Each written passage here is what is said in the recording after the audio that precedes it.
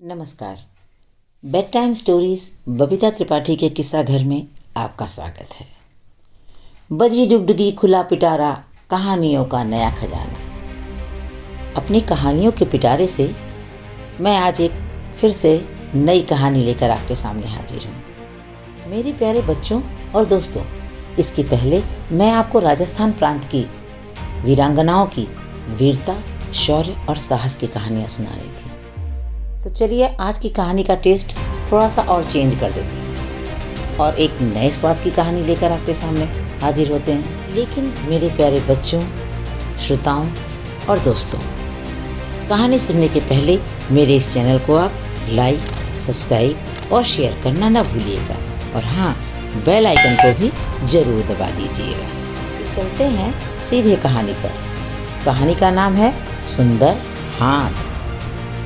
सुनो सुनो भाई, सुनो सुनो सुनो प्रजाजन सुनो, कान लगाकर ध्यान लगाकर बात सभी ये सुनो। राजकुमारी फूल कुंवर को एक सखी की चाह, राजकुमारी फूल कुंवर को एक सखी की चाह, होंगे जिसके सुंदर हाथ वही रहेगा उनके साथ। यह चुनाव है राजमहल में चमचमाती पूनम की रात में, यह चुनाव है राजमहल में चमचमाती पूनम की रात में। ढिंढोरची ने डंके पर चोट मारी और भीड़ इकट्ठा हो गई। वह ऊंची आवाज में कहने लगा, सुनिए सुनिए सुनिए प्रजाजनों, ध्यान से सुनिए। राजकुमारी फूल कुंवर के लिए सुंदर हाथों वाली सहेली चाहिए। पूनम की रात को राजमहल में इसका चुनाव होगा। जो भी लड़की चुनी जाएगी उसे महारानी जी अपने हाथों से हीरे जड़ा चमचमाता मुकुट पहनाएंगी।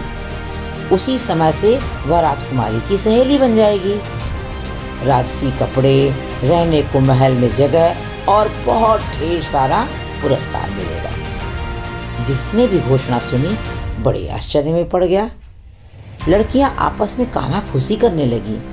भला राजकुमारी की सहेली बनना किसे बुरा लगता था। अब तो छोड़ के घर के कामकाज लगी संवारन अपने हाथ, छोड़ के घर के कामकाज लगी संवारन अपने हाथ। कोई मलती हाथ में उपटन कोई मेहंदी रचाती, कोई मलती हाथ में उपटन मेहंदी कोई रचाती। बड़े बड़े नख कोई रखती मालिश कोई करती। लड़कियां तैयारियों में लग गईं। उन्होंने घर का कामकाज करना भी छोड़ दिया, क्योंकि काम करने से हाथ खराब होने का जो डर था। सभी दिन रात हाथों की देखभाल करने लगी। कोई मेहंदी रचाती, कोई उपटन मलती, कोई नाखून बढ़ाकर हाथों की शोभा बढ़ाने में लग गई। किसी ने अंगुलियों को सुडौल बनाने के लिए उसमें मालिश करना शुरू कर दिया। धीरे धीरे पूनम की वो रात भी आ गई जबकि चुनाव होना था। राजमहल में भारी हलचल थी। एक विशाल शामियाना लगाया गया था। रंग बिरंगी रोशनी से पूरा पंडाल जगमगा रहा था। एक और राज परिवार के लिए जगह थी, उसी के बगल में मंत्री और सभासदों के लिए कुर्सियां बिछी थीं। सामने चुनाव में भाग लेने वाली लड़कियों के लिए भी स्थान था। उसके पीछे लड़कियों के माता पिता के बैठने के लिए एक ऊंची सी जगह बनाई गई थी। चांदनी रात में लड़कियों के झुंड चले आ रहे थे। उन्होंने अपने को खूब सजाया संवारा था। धीरे धीरे शोरगुल शांत हो गया। सभी अपने अपने निश्चित स्थान पर जा बैठे, राजा के आने की प्रतीक्षा करने लगे। इतने में चौकीदार उठा। उसने दर्शकों से कहा, आप लोग सावधान होकर बैठें, महाराज और महारानी पधार रहे हैं। घंटे और घड़ियालों की ध्वनि गूंज उठी। जय जयकार होने लगी। राजा रानी पंडाल में पधारे। उनके साथ राजकुमारी फूल कुंवर भी थी। राजा सिंहासन पर बैठ गए और रानी नीचे खड़ी रही। आज्ञा पाकर एक एक करके एक एक लड़की रानी के सामने से गुजरने लगी। वे सब अपने हाथ आगे किए थीं। रानी उनके हाथों को छूकर देखती, किसी किसी से उसका पता भी पूछती और किसी के हाथों को देखकर मुस्कुरा भर देती थी।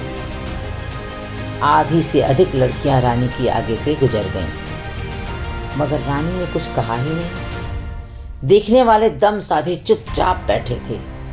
सोच रहे थे पता नहीं किसका चुनाव होता है, कौन से हाथ रानी को पसंद आते हैं। कुछ देर और बीती। मंत्री की लड़की सामने आई। उसने कीमती इत्र लगाया हुआ था। देखने में बिल्कुल परी जैसी लग रही थी। हाथ भी मेहंदी से रचे थे और ऐसी चित्रकारी की हुई थी कि एक बार तो रानी भी देखती रह गई, किंतु उसका भी चुनाव नहीं हुआ। इसी तरह आधी रात बीत गई। अब बहुत थोड़ी लड़कियां ही शेष बची थीं। तभी एक लड़की उठी और डर के मारे बाहर भागने की कोशिश करने लगी। रानी ने पूछा, रुको, तुम कहाँ भागी जा रही हो? और लड़की डर के मारे कांपने लगी। डरो नहीं, मैं कुछ नहीं कहूंगी, बताओ क्या बात है? रानी ने पूछा। महारानी जी, मुझसे गलती हो गई। मैं किसान की गंवार बेटी हूँ, मुझे यहाँ नहीं आना चाहिए था। लड़की ने कहा, क्यों नहीं आना चाहिए था? हमने तो सभी को बुलाया था, किसान हो या मंत्री, सभी की बेटियां यहाँ आई हैं। क्या तुम्हारे माँ बाप साथ नहीं आए हैं? महारानी ने कोमल स्वर में पूछा। जी मेरी माँ नहीं है, पिताजी साथ नहीं आए हैं। राजमहल में आते उन्हें डर लगता है ना, मैं अपनी सहेली के साथ आई थी। लड़की ने डरते हुए और कांपते हुए कहा। कहाँ है तुम्हारी सहेली? रानी ने फिर पूछा। वह तो हाथ दिखाकर चली गई। लड़की अपने हाथ पीछे छुपाते हुए बोली। तुम अपने हाथ नहीं दिखाओगी? लाओ जरा देखो तो तुम्हारे हाथ कैसे हैं। रानी ने उसके हाथ जबरदस्ती अपने हाथों में ले लिए। लड़की ने घबराते हुए कहा, आपके हाथ गंदे हो जाएंगे महारानी, मेरे हाथ सुंदर नहीं हैं। मैं दिन रात इन हाथों से काम करती हूँ, दूध दूहती हूँ, घर की सफाई करती हूँ, रोटियाँ बनाती हूँ। कुट्टी काटते काटते मेरी हथेलियाँ बड़ी सख्त हो गई हैं। मैं राजकुमारी की सहेली बनने लायक नहीं हूँ। इतना कहते हुए उसने महारानी से अपने हाथ जबरन छुड़ाने चाहे। तुम्हारा नाम क्या है? रानी ने बड़े प्यार से पूछा। जी महारानी क्षमा कीजिए, मेरा नाम राधा है। राधा संकोच से दूरी हुई जा रही थी। तुम्हारे हाथ बहुत ही सुंदर हैं। तुम्हारी सख्त हथेलियों में साहस का राज छिपा है। मुझे अपनी बेटी के लिए ऐसी ही सहेली चाहिए। तुम उसे मेहनती बनाओगी, काम करना सिखाओगी। एक राजकुमारी को ये सब बातें सीखनी चाहिए। रानी ने राधा के हाथों को ऊपर उठाकर कहा, पंडाल में उपस्थित सभी सभासदों, मंत्रियों और प्रजाजनों, ध्यान से सुनो। इस लड़की के हाथ सबसे सुंदर हैं। ये हाथ मुझे सबसे पसंद है और इसके कारण यही लड़की अब मेरी राजकुमारी फूलकुंवर की सहेली बनेगी।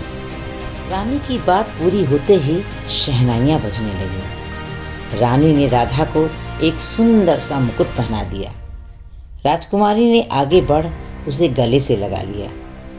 अपनी नई सहेली को पाकर अब वह बहुत खुश थी। और इस तरीके से कहानी का अंत हुआ। तो बच्चों, इस कहानी से क्या सीख मिलती है, आइए ये भी जान लेते हैं। इस कहानी से ये सीख मिलती है कि हमें अपनी शारीरिक सुंदरता को निखारने के साथ ही साथ मन, वचन, कर्म और भावना को भी निरंतर निखारने और सुंदर बनाने का प्रयास करते रहना चाहिए। तभी हम अपने जीवन में सफल हो सकते हैं।